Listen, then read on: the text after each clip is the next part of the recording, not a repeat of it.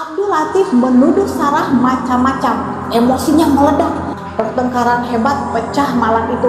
Air keras itu sengaja disimpan dan disiapkan buat menyiksa istrinya sendiri. Tolong! Aduh tolong! Dia merangkak keluar rumah. Di teras rumah dengan kondisi tubuh yang sudah melempuk parah, Sarah berteriak histeris memecah keheningan malam. Di momen-momen krisis itu, Sarah sempat berbicara dengan ibunya dan petugas. Dia terus menyebut nama suaminya. Dia bilang, "Mama, Abdul Latif yang ngelakuin ini ke Sarah, dia jahat, Ma."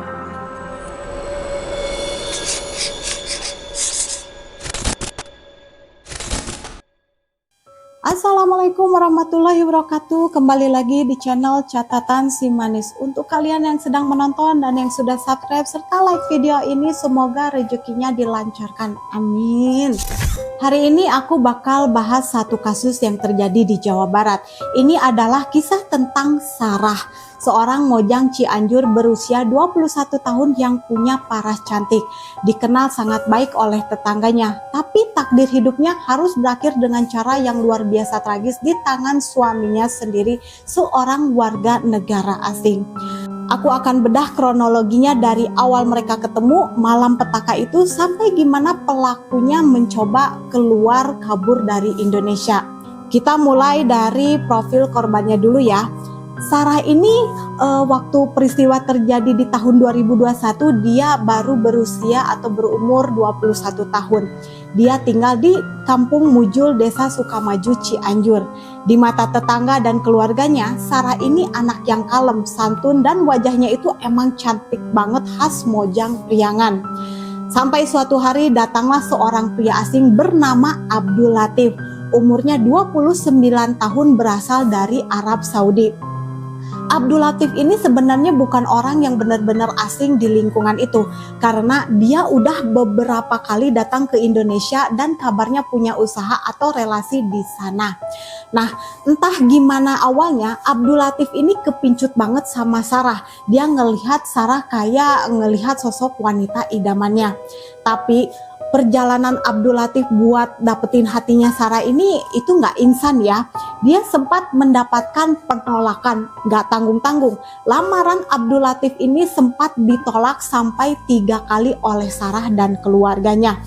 Kenapa ditolak? Ya jelas, karena Sarah dan ibunya merasa ragu. Mereka mikir rasional, ini orang asing, beda budaya, dan mereka belum kenal-kenal banget siapa sebenarnya sosok Abdul Latif ini. Tapi penolakan demi penolakan ini justru bikin Abdul Latif makin penasaran dan nekat. Pria asing ini akhirnya mengeluarkan jurus terakhirnya, yaitu menjanjikan kemewahan yang luar biasa. Dia mulai menebar janji-janji manis yang kedengarnya fiktif tapi sangat menggiurkan bagi keluarga di kampung. Abdul Latif sesumbar bakal membelikan Sarah sebuah mobil mewah, membangunkan rumah yang besar, memberikan uang bulanan dalam jumlah fantastis untuk keluarga Sarah. Bahkan berjanji bakal ngebiayai usaha atau modal bagi keluarga di sana. Gak cuma itu, dia juga berjanji manis akan membawa Sarah terbang dan hidup enak di Arab Saudi. Bayangin teman-teman, di tengah kondisi ekonomi yang pas-pasan, dihujani janji kemewahan yang bertubi-tubi seperti itu dari seorang pria yang penampilannya meyakinkan, perlahan siapa yang gak goyah. Akhirnya, setelah lamaran keempat, mereka terbuai dengan janji-janji materi yang luar biasa indah itu. Sarah dan keluarganya luluh. Mereka resmi menerima lamaran Abdul Latif. Mereka mengira pernikahan ini bakal jadi pintu gerbang bagi Sarah untuk hidup bahagia dan mengangkat derajat ekonomi keluarganya. Mereka sama sekali nggak pernah curiga kalau semua janji kemewahan itu hanyalah umpan beracun yang sengaja ditebar oleh seorang psikopat untuk menjebak Sarah ke dalam sangkar maut. Akhirnya di bulan Oktober 2021 mereka berdua resmi menikah. Tapi ada satu catatan penting di sini. Mereka menikah secara siri atau secara agama saja, belum tercatat di dokumen resmi negara.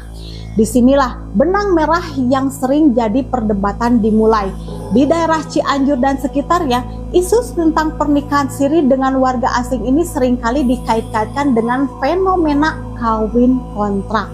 Walaupun pihak keluarga Sarah menegaskan kalau ini adalah pernikahan siri biasa karena niatnya pengen serius. Tapi celah hukum dari nikah siri ini emang rentan banget disalahgunakan, terutama oleh pihak pria asing. Minggu-minggu pertama setelah menikah semuanya kelihatan berjalan normal, layaknya pengantin baru. Mereka kelihatan mesra. Tapi kemesraan itu cuma bertahan seumur jagung. Sifat asli Abdul Latif mulai kelihatan setelah 1,5 bulan mereka hidup satu atap. Janji-janji manis soal rumah mewah, mobil, dan kehidupan indah di luar negeri itu ternyata cuma bualan belaka. Alih-alih mendapatkan kemewahan, keluarga Sarah justru mulai merasakan ada yang gak beres. Setiap kali Sarah atau keluarganya menanyakan atau menagih janji-janji finansial yang dulu diobrol sama Abdul Latif sebelum nikah, respon dari pria ini mulai berubah. Abdul Latif yang awalnya kelihatan lembut, tiba-tiba bertransformasi jadi sosok yang super posesif, gampang marah dan cemburu buta.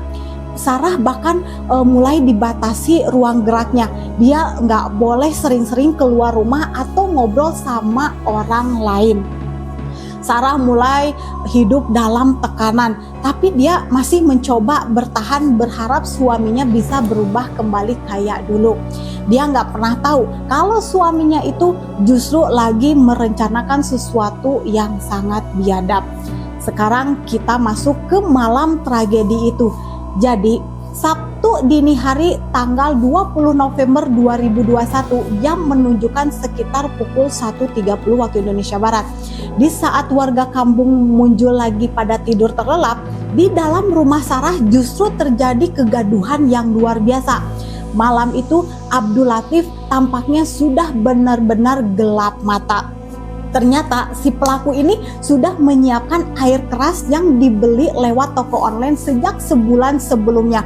Bayangin teman-teman, dia sudah merencanakan ini matang-matang. Air keras itu sengaja disimpan dan disiapkan buat menyiksa istrinya sendiri. Pertengkaran hebat pecah malam itu. Abdul Latif menuduh Sarah macam-macam. Emosinya meledak. Tanpa ada rasa kemanusiaan sedikit pun, Abdul Latif mulai melakukan kekerasan fisik yang brutal banget ke Sarah. Sarah dianiaya dan dalam kondisi yang sudah nggak berdaya, tangan Sarah diikat. Dan disitulah puncaknya, tindakan yang benar-benar di luar akal sehat manusia. Abdul Latif mengambil botol berisi air keras dan memaksa Sarah untuk meminumnya. Lalu setelah itu mulut Sarah disumpal pakai lakban biar dia nggak bisa teriak minta tolong ke tetangga. Lalu sisa air keras itu menyiramkan ke sekujur tubuh Sarah. Rasa sakitnya pasti luar biasa dahsyat.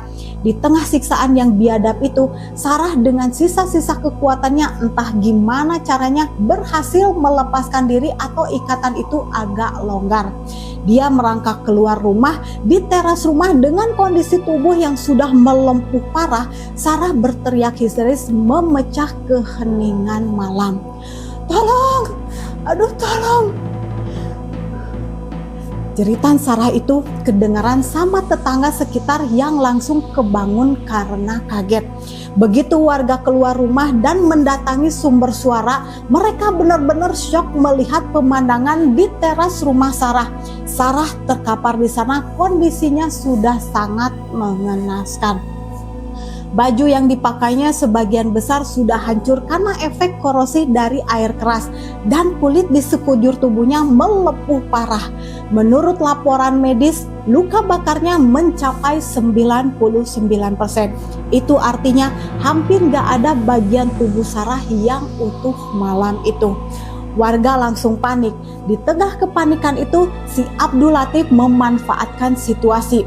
Begitu melihat warga mulai berdatangan, dia langsung kabur lewat pintu lain menggunakan sepeda motor yang sudah dia siapkan. Lalu dia pergi meninggalkan istrinya yang lagi sekarat begitu saja. Keluarga dan warga sekitar langsung berusaha menyelamatkan Sarah. Mereka membawa Sarah ke Rumah Sakit Umum Daerah Sayang Cianjur. Selama perjalanan dan sesampainya di rumah sakit, Sarah masih dalam keadaan sadar meskipun dia harus menahan rasa sakit yang luar biasa yang mungkin kita sendiri nggak bakal sanggup ngebayanginnya. Di momen-momen krisis itu, Sarah sempat berbicara dengan ibunya dan petugas. Dia terus menyebut nama suaminya. Dia bilang, "Mama, Abdul Latif yang ngelakuin ini ke Sarah, dia jahat, Ma." Kalimat itu jadi kesaksian terakhir yang sangat memilukan dari seorang anak kepada ibunya. Tim medis di Rumah Sakit Umum Daerah Sayang Cianjur sudah berusaha semaksimal mungkin. Mereka memberikan perawatan intensif karena kondisi Sarah ini masuk ke kategori krisis tingkat tinggi. Rencananya karena lukanya terlalu parah, Sarah mau dirujuk ke Rumah Sakit Hasan Sadikin Bandung yang fasilitasnya lebih lengkap buat penanganan luka bakar akut. Tapi takdir berkata lain, kerusakan di tubuh Sarah baik luar maupun dalam akibat zat kimia berbahaya itu sudah terlalu masif. Sekitar pukul 20.30 waktu Indonesia Barat di hari yang sama, setelah kurang lebih belasan jam berjuang melawan rasa sakit yang luar biasa, Sarah menghembuskan nafas terakhir. Dia meninggal dunia di umur yang baru 21 tahun. Hidupnya selesai dengan cara sekejam itu. Begitu kabar Sarah meninggal dunia menyebar, polisi dari Polres Cianjur langsung bergerak cepat. Kasus ini langsung jadi atensi utama. Taruhannya adalah harga diri hukum Indonesia karena pelakunya adalah warga negara asing yang kemungkinan besar bakal langsung mencoba kabur ke negaranya buat menghindari hukuman. Dan tebakan polisi benar, Abdul Latif ini ternyata cerdik, tapi untungnya polisi kita lebih sigap. Setelah menyiksa Sarah, dia pergi ke Jakarta menuju ke Bandara Internasional Soekarno-Hatta. Dia udah beli tiket pesawat buat terbang malam itu juga kembali ke Saudi Arabia. Dia pikir begitu dia berhasil naik pesawat dan mendarat di negaranya, dia bakal aman dan terbebas dari jeratan hukum Indonesia.